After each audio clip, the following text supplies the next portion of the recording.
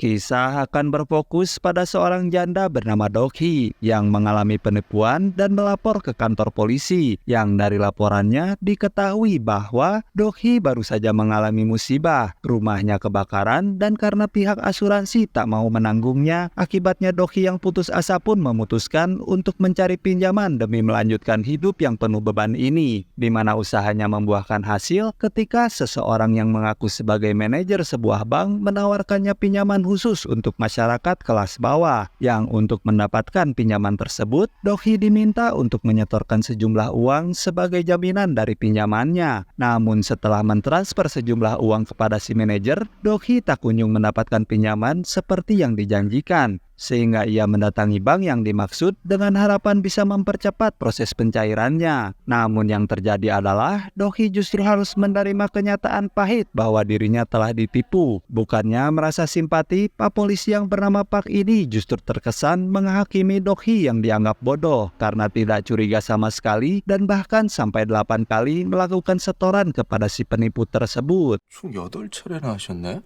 아니 근데 전혀 눈치를 못 채셨어요? 제가 돈이 좀 급했어요. 아니 전 재산이 다 탔는데 보험도 안 돼. 3,200 날린 나보다 더요? 제 돈 찾을 수 있는지 그것만 좀 알려주세요. 네? 저희가 수사는 바로 진행을 할 거고요. 얼마나요? 좀 걸려요. Karena kondisinya sedang sulit, tak ada uang dan tak memiliki rumah, Dokhi terpaksa tinggal di kantor tempat ia bekerja bersama kedua anaknya. Beruntung Dokhi memiliki rekan kerja yang baik, sehingga ia merasa sangat terbantu untuk mengasuh kedua buah hatinya. Dan tak lama, detektif Park yang menangani kasusnya mengabarkan bahwa rekening yang digunakan oleh si pelaku telah ditangguhkan. Namun uang yang berada di dalamnya sudah ditarik dan kasusnya sudah ditutup. Untuk itu, ia pun menyarankan agar Dokhi mengambil hikmah dan menganggapnya sebagai pengalaman, yang karena menganggap pihak berwajib tidak menangani kasusnya dengan serius, Dokhi pun bermaksud untuk datang langsung menemui detektif Park. 두목인가 총책인가 잡으면 되는 거 아니야? 서울청에서도 몇 번 못 잡은 거야. 좋은 인생 경험했다고 생각을 하세요. 아니 뭘 했다고 종결이야? 아 왜요? 지금 오시려고? Sementara itu, kita akan diperlihatkan dengan markas pelaku Fishing Boys yang berada di Cina, di mana mereka melakukan aksinya secara terorganisir dengan memperkerjakan banyak orang secara paksa dan mendapatkan pengawasan secara langsung ketika melakukan panggilan telepon layaknya call center, yang apabila para pekerja melakukan kesalahan, mereka akan langsung dihukum saat itu juga. Hal itulah yang membuat Son Ji-yong ingin melarikan diri dari tempat itu. Namun dalam percobaan pelariannya, ia melihat kedua rekannya yang bernama Asep dan si Ujang disiksa hingga babak belur karena berusaha kabur dari tempat itu, di mana ia melihat dengan jelas Asep dipukul hingga tewas dan Ujang dipatahkan kakinya hingga harus menderita cacat seumur hidupnya, sehingga Ji-yong yang terkena mental pun mengurungkan niatnya untuk melarikan diri dan mencari cara lain untuk bisa bebas.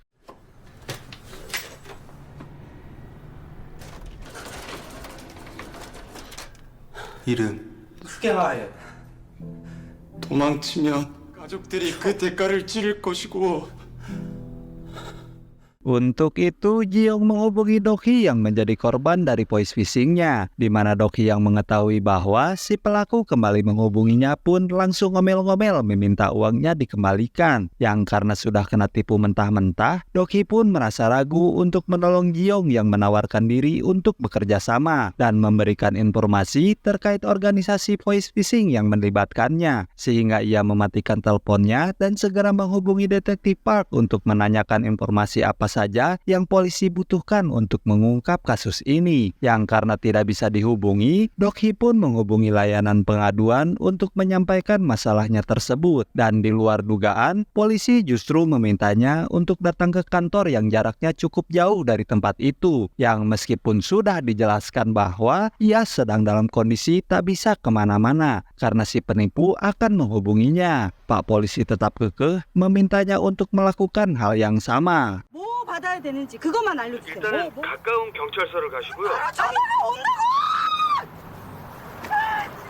Pada panggilan berikutnya, Dohi menceritakan bahwa kasusnya sudah ditutup dan penyelidikan dihentikan karena polisi kesulitan melacak lokasi alamat penipu. Yang dalam kondisi pengawasan ketat tersebut, Jiong meminta Dohi untuk menuliskan titik koordinat lokasi terdekat dengan tempatnya, di mana Dohi yang sudah mengetahui lokasi penipu berada di Cina pun segera menemui detektif Park agar segera kembali membuka kasusnya dan menyelidiki lokasi tersebut. Namun detektif Park justru menganggap informasi tersebut hanyalah karangan Dohi yang menginginkan kasusnya ditindaklanjuti. Yang meskipun Dohi menunjukkan histori panggilannya, detektif Park tetap tidak mau percaya dan justru memintanya untuk menyerahkan dan merelakan uangnya. 어차피 우리는 이 재수사를 못해요. 콜센터 주소가 없잖아요. 무슨 장소가 이렇게 날로 먹으려고 그래요? 짤이 터져서 지금 다들 정신 나갔다고. 나도 피해자예요. 에?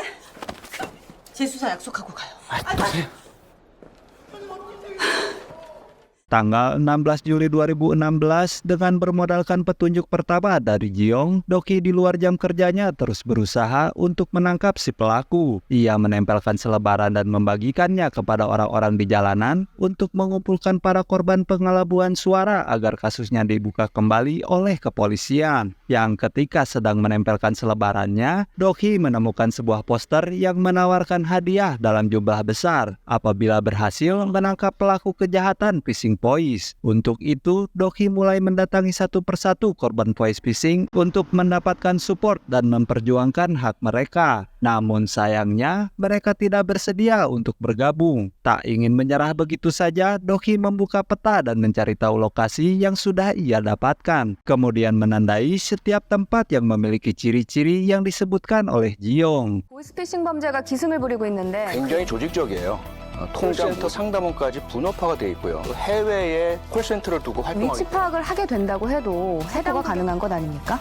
바로 그겁니다. Esok harinya saat bekerja, Dohi terlihat gelisah sambil terus memeriksa ponselnya, di mana salah satu rekan kerjanya yang bernama Nyai malah menggodanya dengan menuduh Dohi berkencan dengan seorang pria. Yang ketika Jiong menghubunginya, Dohi segera memberitahukan bahwa kasusnya tidak bisa dibuka lagi karena informasi yang Jiong berikan tidak lengkap dan polisi membutuhkan alamat lengkap untuk melakukan investigasi. Mendengar itu, Jiong merasa frustasi karena ia juga tidak dapat berbuat apa-apa. 수사하게 하려고 했지. 없으면 이건 제보도 뭣도 아니래. 무슨 말귀를 그렇게 못 알아쳐먹어요. 어쨌든 수사가 들어가는 게 중요하니까. 박 형사를 못 믿겠으면은 Masalah selalu saja muncul di waktu yang tidak tepat. Di saat Dohi menerima telepon, polisi datang bersama Dinas Perlindungan Anak untuk mengambil kedua anak Dohi yang dinilai tidak mendapatkan kehidupan yang layak semenjak ia mengalami musibah kebakaran dan penipuan. Sehingga Nyai segera memberitahu Dohi tepat sebelum kedua anaknya dibawa pergi. Ibarat sudah jatuh tertimpa tangga, Dohi yang tak ingin kehilangan buah hatinya pun mempertanyakan kinerja polisi yang terkesan memojokkan dirinya, di mana kasus yang menimpa dirinya ditutup begitu saja, ditambah sekarang ia tak diperkenankan untuk mengasuh kedua buah hatinya dengan tangannya sendiri.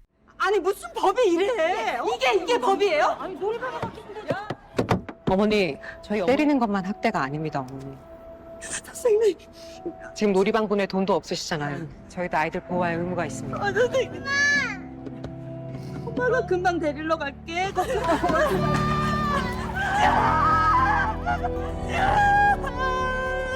Sejak kejadian itu, Dohi bertekad untuk mencari si penipu dan membawa kembali pulang kedua anaknya, sehingga ia menceritakan permasalahannya kepada kedua sahabat terdekatnya yaitu Neneng dan Nyai, yang secara kebetulan si Nyai bisa berbahasa Mandarin dan memiliki seorang adik yang tinggal di Cina, dekat dengan lokasi yang diberikan Jiong, yang karena polisi saja tak sanggup menangkap pelakunya, Nyai pun enggan terlibat dalam misi yang dianggap nekat tersebut. Namun setelah melihat poster berhadiah, seketika itu Nyai berubah pikiran dan setuju untuk membantunya. 뭘 도와줘? 그래, 나도 이제 더 이상 못 기다리겠어. 야, 경찰도 못 잡는 거 어떻게 잡는다고? 너 중국어 할 줄 알잖아. 어? 제보만 해도 현상금 준대. 콜이다. 콜! Tiba di Cina, ketiganya disambut oleh adiknya Nyai yang bernama Airin, yang setelah saling mengakrabkan diri satu sama lain, mereka pun bergegas menuju ke lokasi pertama yang diberikan Jiong. Dan untuk memuluskan investigasinya, Dokhi dan Neneng menyamar sebagai seorang sales yang menawarkan kain kepada salah satu kamar, yang karena si pemilik konveksi melihat gelagat mencurigakan sehingga 我们已经有合作的工厂了。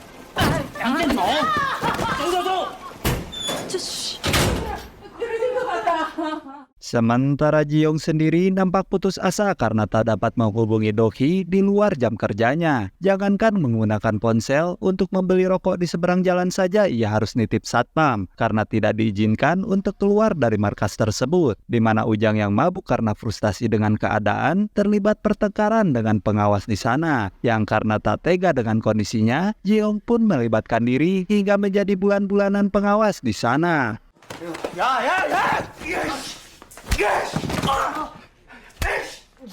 Saat menuju ke kamar itulah ia mendengar seorang penjaga merasa keteteran karena kekurangan orang, di mana Jiong mengambil kesempatan itu untuk menjadi pengawas agar bisa terbebas dari penganiayaan dan bisa mendapatkan ponsel. Yang karena sudah memiliki secuil kekuasaan, ia langsung mengumpulkan bukti dengan memotret seluruh kegiatan termasuk transaksi setoran yang ditemukannya, di mana usahanya menjadi sia-sia ketika bukti-bukti yang akan dikirimkan kepada Dokhi tidak mendapatkan sinyal. 잡혔다.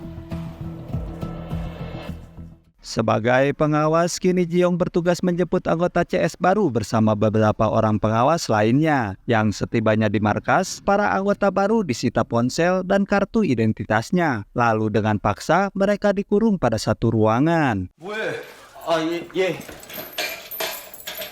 열쇠 줘. Mulanya, Jiong berniat memanfaatkan momen ini untuk mengirimkan bukti dengan menggunakan ponsel anggota barunya. Namun rencana itu gagal karena Jiong bahkan tidak bisa menyentuh ponsel mereka. Tak kehabisan akal, ia pun berusaha masuk ke sebuah ruangan dengan menggunakan selembar kartu yang ketika pintu berhasil dibuka, tepat di saat yang sama muncullah si penjaga ruangan CCTV yang nyaris menemukannya. Di mana di ruangan tersebut, Jiong segera menghidupkan komputer untuk mengirim fax ke kantor polisi. Yang karena jaringan lemot dan mengirimkan ratusan data sehingga Jiong harus menunggu lama dan tiba-tiba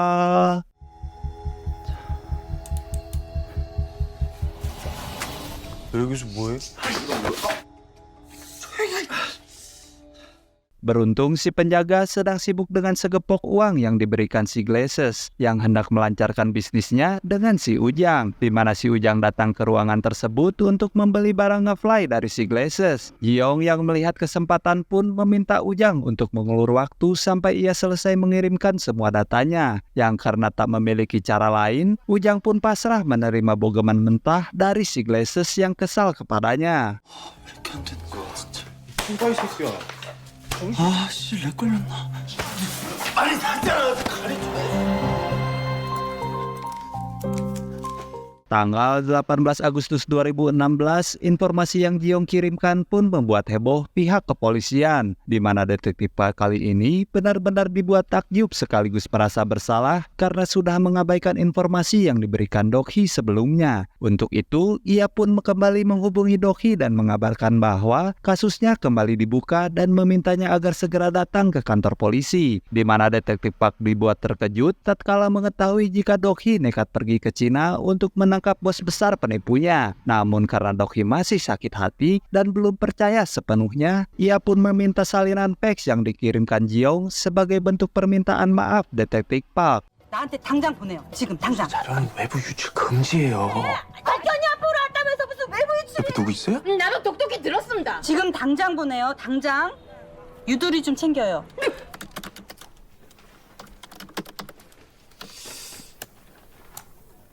Berbekal salinan fax dari Jiong, Dokhi melanjutkan pencarian hingga menemukan tempat yang sama persis dengan di foto. Yang setelah mengamati sekitar, muncullah seorang pria yang diduga adalah Jiong. Sehingga untuk memastikannya, Neneng pun menggunakan kameranya untuk memotret si pria dari kejauhan. Yang karena lokasinya ramai lalu lalang, Airin pun memindahkan mobilnya agar mendapatkan angle yang sempurna. Yang ketika Jiong membalikan badannya, Neneng dengan cepat mengambil beberapa foto, tetapi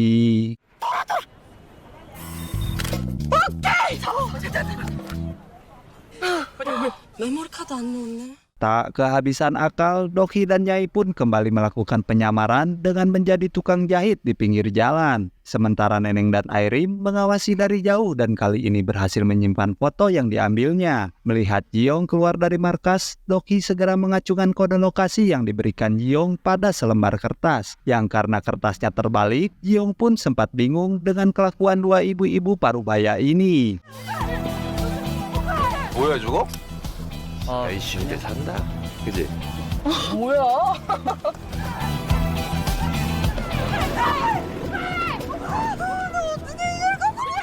Sementara itu, Detektif Park yang meminta izin pergi ke Cina dicegah oleh atasannya karena belum memiliki alamat jelas untuk dituju. Yang secara kebetulan, Dokhi mengirimkan informasi berisi foto dan alamat markas si pelaku. Sehingga dengan cepat, si atasan berubah pikiran dan mengizinkan Detektif Park pergi ke Cina. 그럼 중국 보내줄 테니까. 팀장님.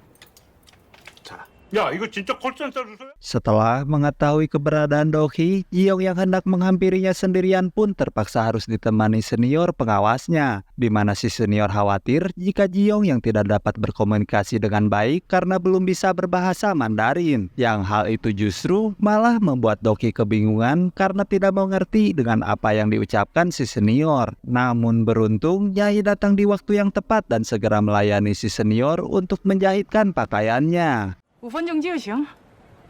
那就等会儿呗。잘하네. 응? Tak ingin kehilangan kesempatan berdiskusi dengan Dokhi, Jiong yang diminta untuk membeli cemilan oleh senior pun menolak permintaannya, di mana hal itu justru menimbulkan pertengkaran yang membuat si Nyai turun tangan dengan mengajak si senior ke belakang untuk menikmati cemilan yang sudah disediakan, sehingga Jiong memiliki waktu untuk membocorkan informasi dan mengambil ponsel yang sudah dipersiapkan. Dengan berbekal ponsel tersebut, Jiong diminta untuk memberikan informasi kalau bos besar datang mengunjungi markas, sehingga pihak kepolisian dapat langsung diterjunkan untuk melakukan razia besar-besaran dan menangkap pelakunya.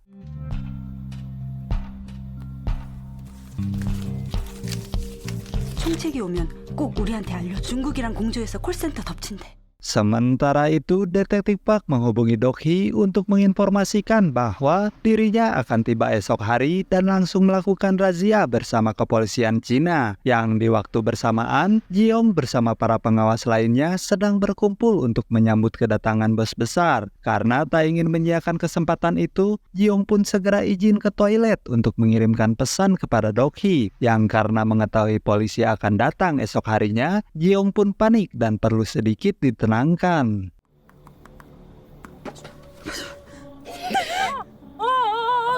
어떡하냐. 막혔어. 저기 차 오는데?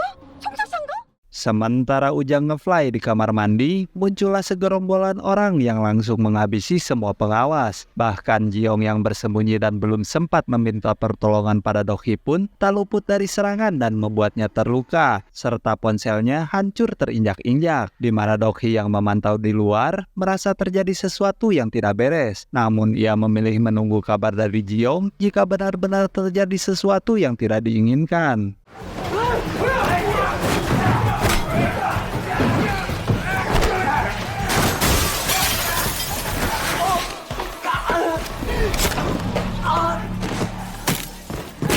뭐가 잘못된 것 같아. Ujang sendiri baru tersadar dari ngeplaynya, di mana ia dibuat keheranan saat mendapati markas begitu senyap tanpa suara, yang ketika menuruni tangga tanpa sengaja ia mendengar percakapan bos besar yang rupanya adalah dalang dari penyerangan ini, di mana si bos besar ternyata sudah mengetahui bahwa akan terjadi penggeledahan pada dua markas mereka secara bersamaan, sehingga ia mengamankan semua berkas bukti yang memberatkan dan merekayasa TKP agar seolah telah terjadi transaksi barang haram di tempat tersebut. Yang sesampainya di lantai bawah, Ujang kembali dikagetkan saat melihat para pengawas sudah ngagoler tak berdaya. Melihat Jiong masih bernapas, Ujang pun segera membawanya keluar untuk mencari pertolongan.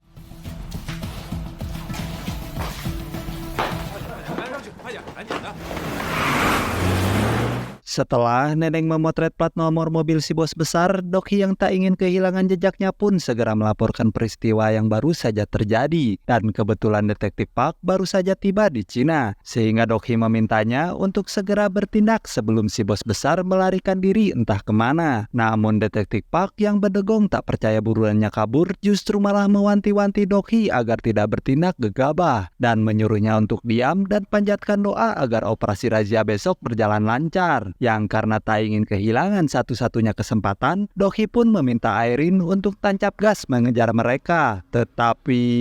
저거 비싼 차 쫓아가자.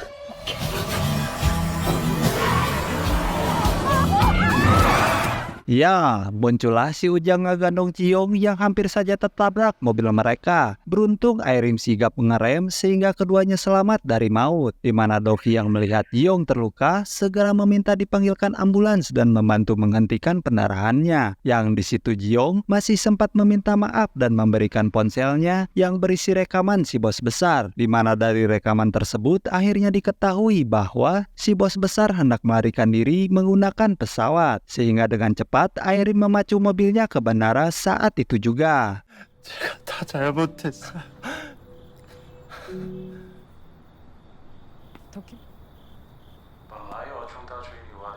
좀 자연스럽게 해봐라. 약 때문에 싸운 것처럼. 이쪽에 뿌릴까요? 칭다오 공항이지. 칭다오 공항!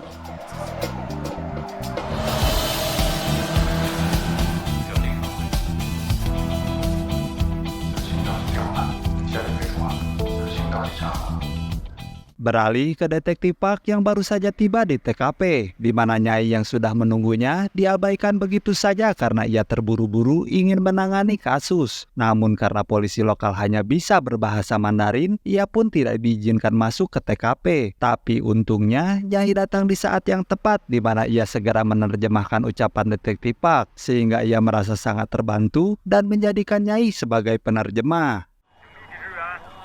어머, 왜 남의 손을 잡고 이래요? Karena rekayasa TKP, akhirnya tim narkoba mengambil alih kasus tersebut, di mana detektif Park yang melaporkan ke atasan pun dinilai tidak becus dan diminta segera pulang ke Korea. Melihat polisi akan segera pergi, lantas ia menghentikan mobilnya dan meminta bantuan Nyai untuk memberitahukan bahwa menurut informasi dari informannya, si bos besar sedang menuju ke bandara dan meminta 2 orang petugas untuk membantunya. Awalnya polisi enggan untuk membantu, namun setelah diancam oleh Nyai yang akan memposting ketidakcakapan polisi dalam menangani kasus ini pun akhirnya berubah pikiran dan bersedia membantu. 한국도 아니고 내가 잡을 수도 없으니까. 俊伟就不是韩国，所以我就有大肆宣传，导致威能不负犯罪头目，到时候看谁下不来台。 Beralih ke Dokhi yang sudah tiba di bandara, di mana ia melihat seseorang yang ciri-cirinya mirip dengan si bos besar dan langsung mengikutinya. Namun dugaannya salah karena pria tersebut hanyalah seorang ayah biasa yang dijemput oleh anaknya. Yang di situ Dokhi teringat dengan kebiasaan si bos besar yang suka menggerakkan tangannya saat melihat jam di tangannya. Yang kebetulan ia melihat pria dengan ciri-ciri yang sama dan langsung mengikutinya. 정체? 확실해? 언어주대행이 지동라. 아, 그걸 어떻게 해? 까지는 어떻게든 저 새끼 붙잡고 있어야 돼. 시청 본다. 우리 보는 거야. Si bos besar rupanya mengetahui jika dirinya sedang diikuti, sehingga ia menghampiri Dokhi yang terlihat gugup sehingga kedua tangannya bergetar karena ketakutan. Yang di situ Dokhi memberanikan diri mengaku bahwa dirinya adalah korban dari voice phishing, di mana si bos besar yang tidak peduli dengannya pun justru menyalahkannya karena mau ditipu. Yang karena tak ingin membuang waktu, si bos besar pun memberikan sejumlah uang dengan harapan Dokhi menjadi bungkam dan tak lagi membuntutinya. Namun Dokhi yang tak gentar dengan ancaman tersebut justru semakin membulatkan tekad demi bisa berkumpul bersama buah hatinya sehingga 그걸 좀 무서워. 말도 제대로 못하고. 미쳤어 정말! 야 거기! 가져가 이 새끼야. 사기당한 내가 등신이냐고. 네가 잘못한 거야. 어쩌자는 건데. 자수해.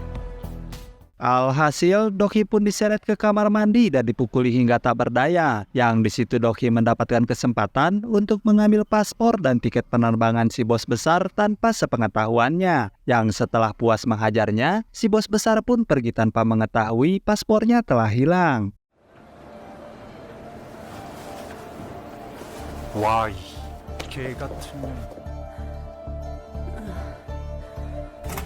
Beruntung Dokhi ditemukan oleh seseorang yang mau pipis dan segera menghubungi polisi untuk meminta bantuan. Bos besar yang kembali dan meminta paspornya pun dibuat kesal karena Dokhi justru menyobek paspornya lalu kemudian menelannya. Di mana hal itu justru membuat si bos besar hilang kesabaran dan kembali menyerang Dokhi saat itu juga. Untungnya polisi datang di waktu yang tepat sehingga pada tanggal 21 Agustus 2016 bos besar ditangkap berkat jerih payah dari Dokhi.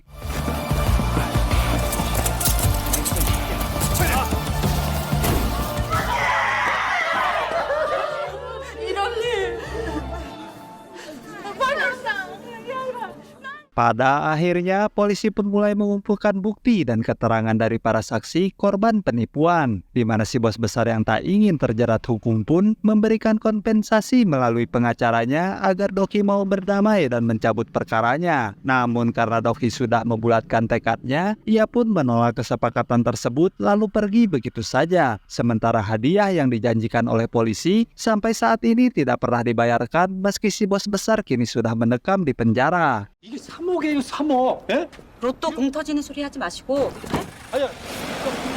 Tamat dan sampai jumpa di alur cerita film selanjutnya.